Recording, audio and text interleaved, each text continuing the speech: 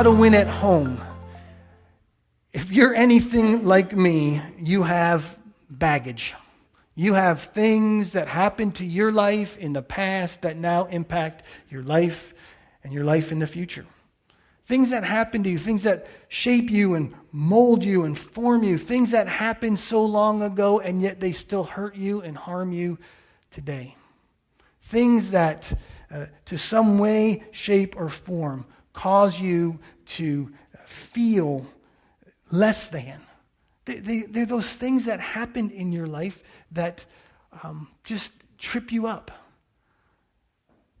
I know for me that there's probably nothing that has influenced me, and I think for most people there's nothing that influences you, that impacts you as much as your parents. The way you're raised. The way you were raised in the home of your origin has shaped you like nothing else. And if you are raising kids, or if you have adult children, the way that you raise them and the things that you do to them are shaping their future.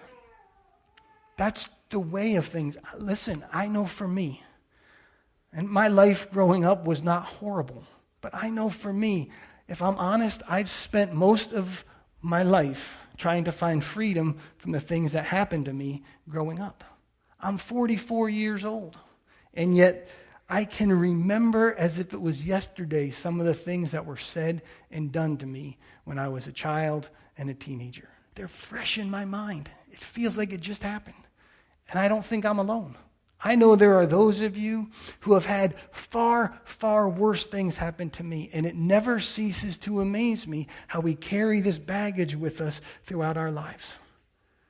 We carry it, and we try and find peace from it, we try and overcome it, and yet somehow, some way, it keeps coming back. It keeps impacting us time and time again. See, we are all shaped. We're all shaped by our parents. And how we parent will shape our children's future. We're all shaped by our parents, and how we parent will shape our children's future.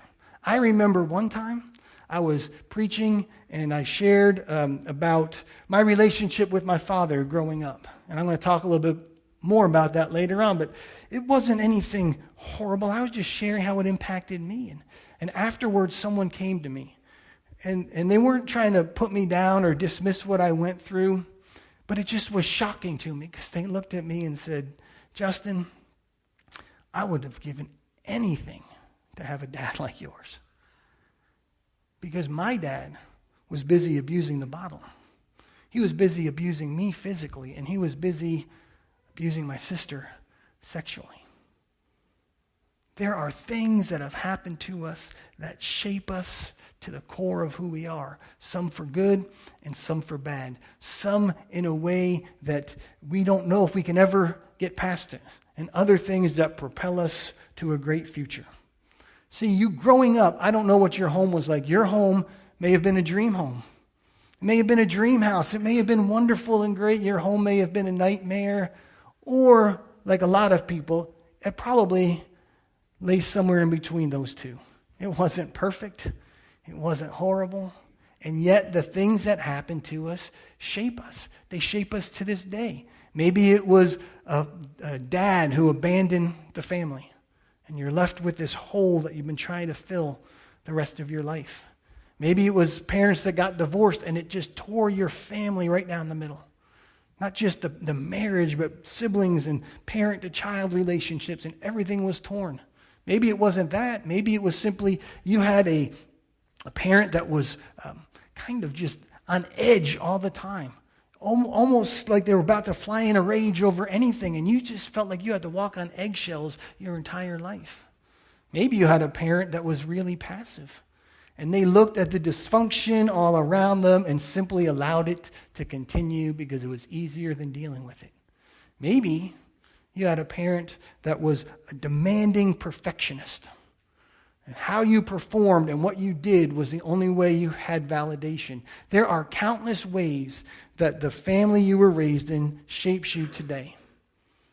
But what happened to us then shapes us now. And it is not something that we often talk about.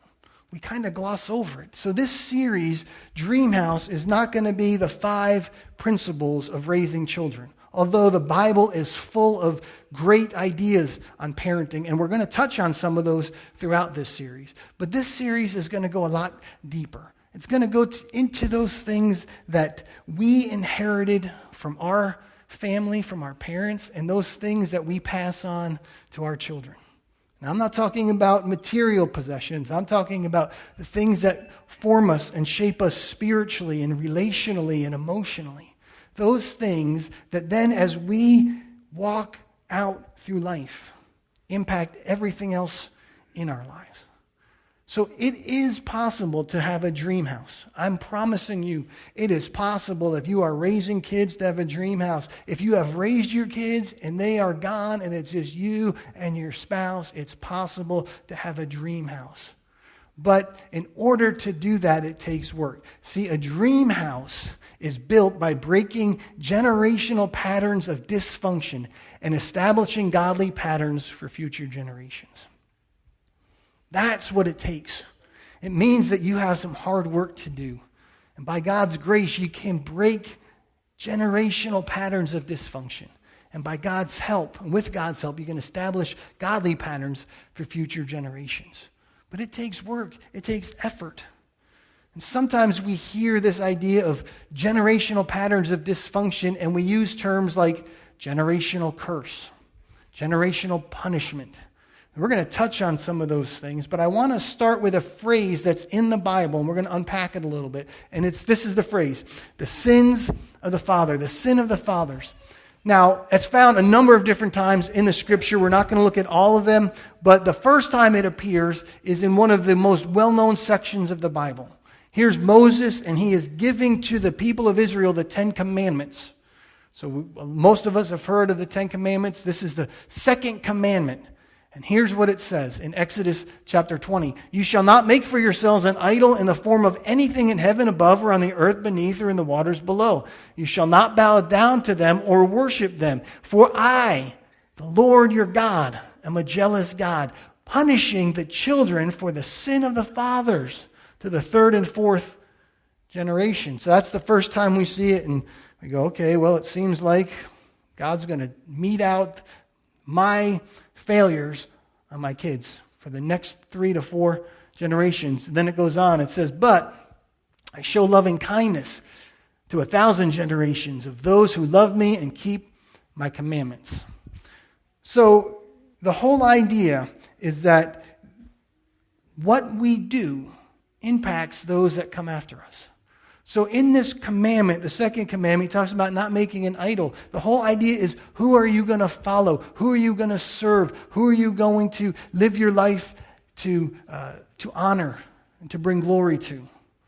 That which is false, that which you like, those things which you think are important, self, or are you going to live a life for God?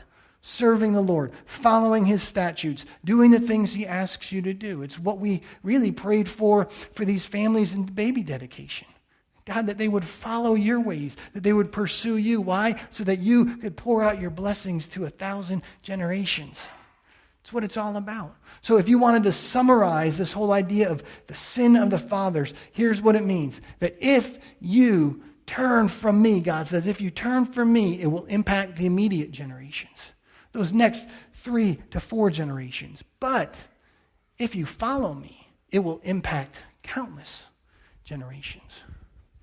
That is what it's all about. That if you turn from me, if you don't follow in my ways, if you don't do the things that I've asked you to do, if you don't live a life that pursues me, not perfectly, but with the best of your ability, with your whole heart, soul, mind, and strength, if you don't do that, it will impact the immediate generations. And if you follow me, it will impact countless generations. So that brings this question to mind, or at least it brings it to my mind when I read this. Why to the 3rd and 4th generations? Why just to the 3rd and 4th generations? Why not just to the next generation? I mean, God, why 3 or 4 generations? Partly because that's how really the family unit was structured in that time. They didn't think of the nuclear family as we do, father, mother, children. They thought in terms of generations, and 3 to 4 generations typically made up a family unit. So, parent, child, grandchild, great-grandchild. That was considered a family unit. They didn't really separate out. They usually stayed together. They worked the fields, the farm, the family business. They stayed together. They either lived in the same home or they built homes kind of in a hovel, in a commune, and they stayed right in that same area. And they encouraged one another. They poured into one another. We see this throughout the scriptures. Think about even when Jacob and his descendants went to Egypt to flee the effects of the famine and to find food. It was Jacob and his sons and his grandsons, and it was considered that whole family was a family. So we see that throughout the scriptures. So the reason that it says 3 to 4 generations is that if a man, if a woman, if a parent, if someone in that family, and the higher you were to the top, the patriarch, the matriarch, if that person turned from the things of God, their sins would have a ripple effect into the next 2, 3, and 4 generations. And people had to pick up the mess of that. It wasn't so much that you had to pay the price for someone's sins. It's that you felt the effect and the impact of their sin. So that leads to this next question. Is there such a thing as a generational curse? I hear this in church circles all the time. You're walking in a generational curse. You have to break generational curses and the resulting sins, all this kind of stuff. I just want to say, let's turn to the Bible to be informed. Let's don't come up with our own ideas. Let's not listen to the guy on TV. What does the Bible say? So in that time, in the early development of the Jewish faith, a lot of people, and then even for centuries later, felt that there was such a thing as a generational curse, that kids and grandkids would pay the price for their parents' sin based on what we just read in Exodus. So God sends 2 prophets in a very short period of time to help bring understanding to this. The first place we're going to look at is in Jeremiah. So here's what God says through the prophet Jeremiah. You, God, you show love to thousands, but bring the punishment for the parents' sins into the laps of their children after them. Now, if it stopped there, it would seem like there's such a thing as a generational curse, that people carry the guilt of their parents' sin, of what the parents did, about what the grandparents did, these generations that had to pay the price. But I just want you to understand, and I want this to be very clear, children do not bear the guilt for what their parents did. Children do not bear the guilt for what the parents did, and children, you do not, listen to me, you do not bear the guilt for what your parents did. If you're a kid here and your parents have been off the wall, you're not responsible for that. Don't take that on yourself. The flip side is this, parents, you don't bear the guilt for the sin of your children. Now, you have a responsibility in how you raise them. You have a responsibility in the things you deposit in them. But if your children go off the rail and just go haywire, it doesn't mean that you failed as a parent. Because if that's the case, then you know who the greatest failure of a parent in history is? God. He creates Adam and Eve, and they rebel. So if God, a perfect parent, has children that rebel, parents, you can have been a perfect parent. Now, you weren't, okay? If you think you were, you weren't. But you could have been a perfect parent. And if your kids rebel, it's not a reflection on you. You do not bear the guilt of that. I meet some parents sometimes, and their kids are adults, and they're making adult decisions that are just crazy, dumb, stupid, asinine decisions. And the parents feel as if they're to blame. If I had just painted the nursery yellow instead of green, this would not have happened. You're not to blame for this. You don't carry the guilt of your children's sin. Because here's what it goes on to say in the very next verse in Jeremiah. It's really a continuation of that thought. Your eyes, God, are open to the ways of all mankind. You reward each person according to their conduct and as their deeds deserve. God makes it abundantly clear. He rewards each person according to their conduct. Now, God being God knows that, well, we'll just gloss over this verse. We're going to go back. We like this whole idea of punishment, carrying, vindictive God. Who, that's easier. If someone's life is falling apart, it's got to be somebody's fault, either the parents' fault or the children's fault. So God sends this other prophet, Ezekiel. And we're not going to read the whole chapter, but if you have, go back tonight, tomorrow, read Ezekiel chapter 18. Because in this, God's speaking through Ezekiel, and he gives these examples. If a father is a righteous man, but he has a son who's unrighteous, will the father be punished for the son? No, but if this unrighteous son has a righteous son, so now the grandson turns and he lives for the Lord, will this son, this grandson, be punished for the sins of his father? No. And this man in the middle who's unrighteous, he's going to carry his own guilt. And so all of that is there in Ezekiel chapter 18, and then it's summed up in this one verse. The one who sins is the one who will die. The child will not share the guilt of the parent, nor will the parent share the guilt of the child. The righteousness of the righteous will be credited to them, and the wickedness of the wicked will be charged against them. So I want to be clear. In case you didn't hear me the first time, no matter what your parents did, there is no generational curse passed down. There is impact. There are ripples that are felt. There are things that you are shaped by and influenced by, but you are not under a curse because of the things your parents did. Here's the other truth. No matter what you do, your children will not be cursed. No matter what you've done, your children are not cursed. Because God will look at them and give to them what they deserve according to their deeds. The one who sins will die. But the one who's righteous, they will walk in blessing, and the one who's wicked, they will walk in a curse. It's very clear. So, then what is the nature? What is the nature of this punishment? What is the nature of this whole idea that God's going to punish the children for the sins of the parents? Because it's in the Bible, we can't just say it's not there. It's got to mean something. It's got to have some level of meaning. Otherwise, why would God put it? So here's what it means. It means that the effect of your sin will have a far-reaching impact. The effect of your sin will have a far-reaching impact, especially within the family unit. Especially within those that are the closest generationally to you. So if as a parent you sin, your kids will not be cursed by that. They will not bear the guilt of that, but they will feel the consequences of that. It goes the other way too. Children, if you sin, you misbehave, your parents aren't responsible for that, but they'll bear the consequences of it. They'll feel the impact of that. They'll have to deal with some of those things that you've done. It works both directions, but it primarily moves downward from parent to child, parent to grandchild. So you can have a grandmother who goes off the rails, and it impacts not just her children, but her grandchildren and her great-grandchildren.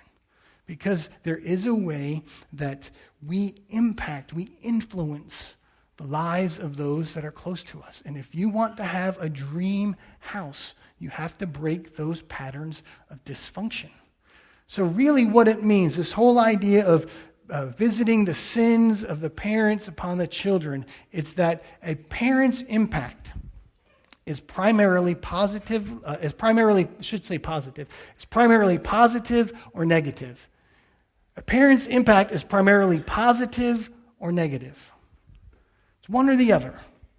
Now, I understand it's not exclusively one or the other. It's primarily, in other words, when it's all said and done, and you put on the scales of your parenting, was I a positive influence or a negative influence? Do my kids look back at my impact on their life as positive or negative? It will always weigh more on one side or the other. Your kids will either say, my mom and dad weren't perfect, but they were really good. And that will outweigh the negative stuff. Or they'll say, my parents, they tried, but man, they made a mess of things. And it was tough. And yeah, I appreciate what they tried to do, but man, my goal is to be the exact opposite.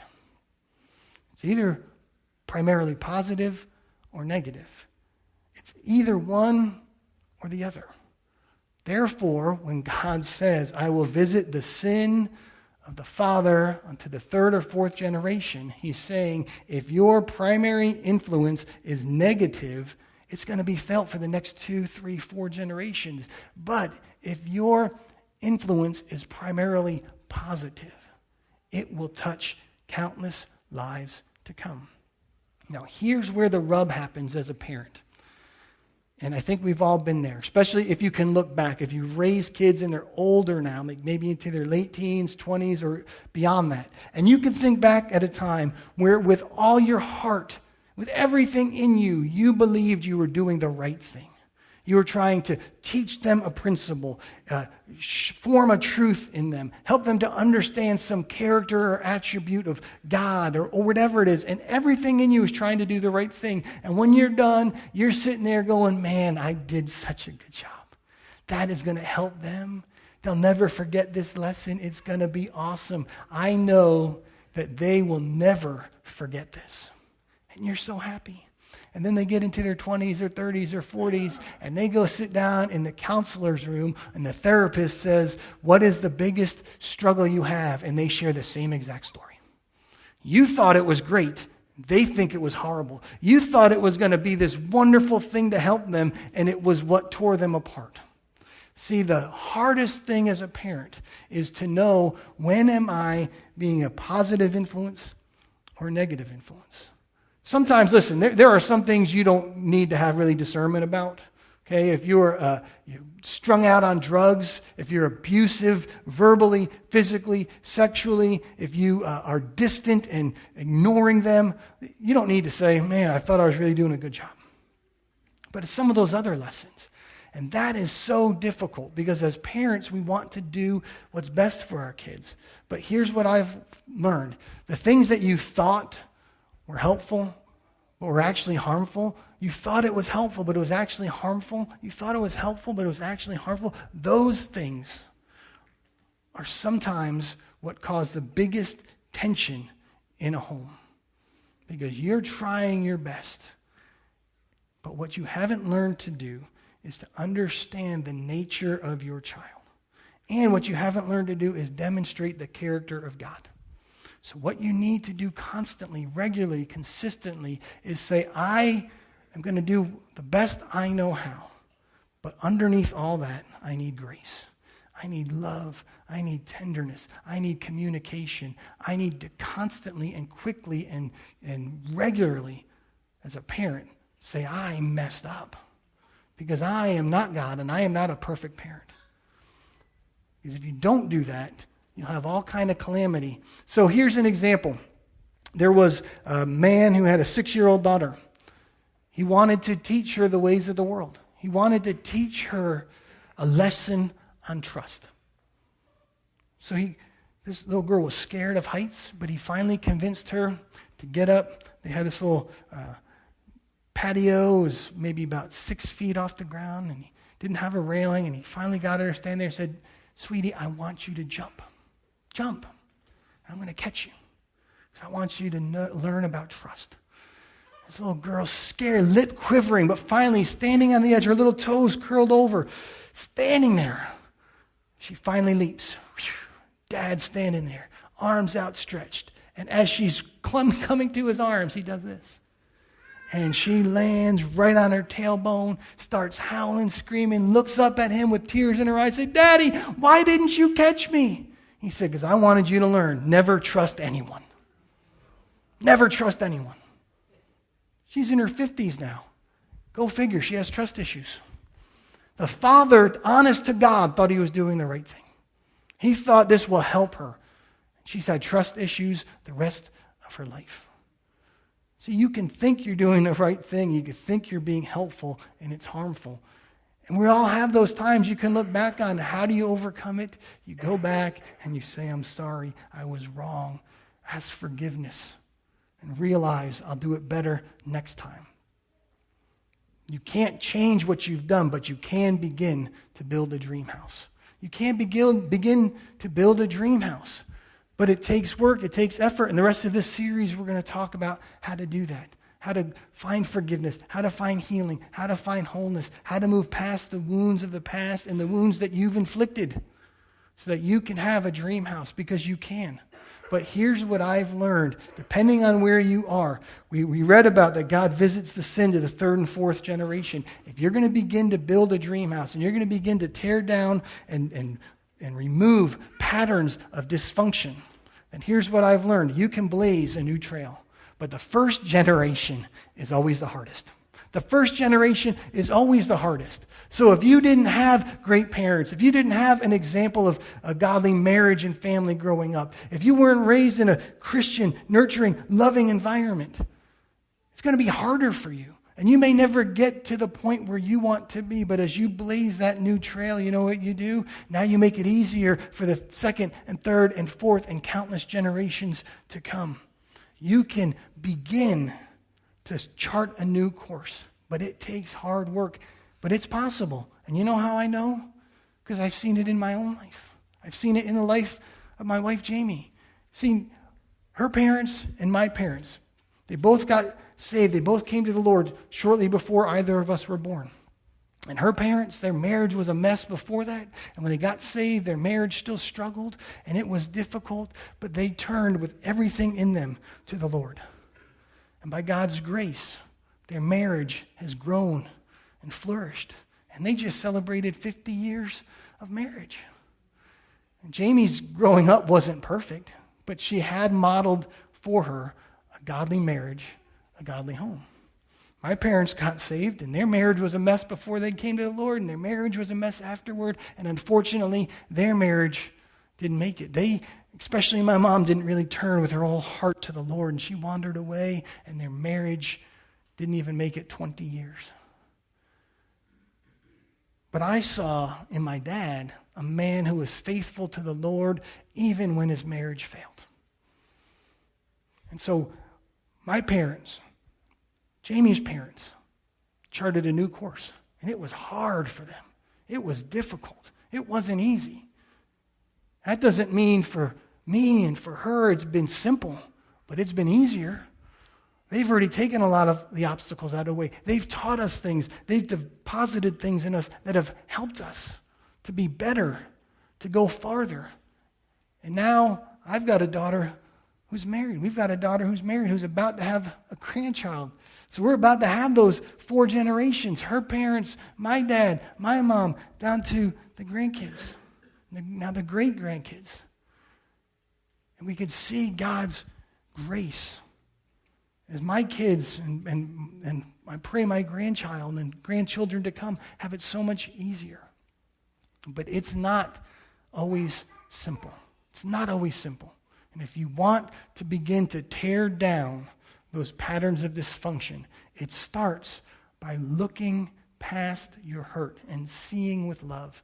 See, the key to finding freedom from the sins of your parents is love. My dad wasn't perfect. Oh, I could tell you stories, and I probably will. I could tell you things that my dad said and did that to this day ache in my heart. Here's one example. I was playing football junior year of high school. I was the second string. He comes to me, he says, "Are you playing this weekend?" Now, he hadn't been to one game. He said, "Are you playing this weekend?" I said, "Well, we have a game. I don't know if I'll be playing. I'm second string." He said, "Well, let me know if you're ever going to actually be in the game. Then I'll come. I don't want to waste time being there." Now, my dad, I love my dad. We have a good relationship today, but that hurt. That hurt. I thought to myself, "Dad, why can't you just be there for me? Why can't you just be there for me whether I play or not?" Now, I can look back and I understand better the things that he inherited from his parents. A dad who at 14, his parents said as they were going to immigrate to the U.S. from Czechoslovakia, "You stay, we don't want you." And he begged and begged and begged, and they finally relented and said, "Fine, we'll bring you." His mom, who was also an immigrant from Czechoslovakia, who was the oldest of 4 children, when they came across, her father was already in the U.S. She's coming across with her 3 younger brothers, and younger brother and younger sisters, and my great-grandmother. And my great-grandmother is sick, and she says to my mom, to my grandmother, she says to her, "I'm sick. I think I'm going to die. So all I have to do is get you to America, then I can die." My grandmother was not a very affectionate person. I understand why. Therefore, my dad didn't have that affection. So it was hard for my dad to give it to me.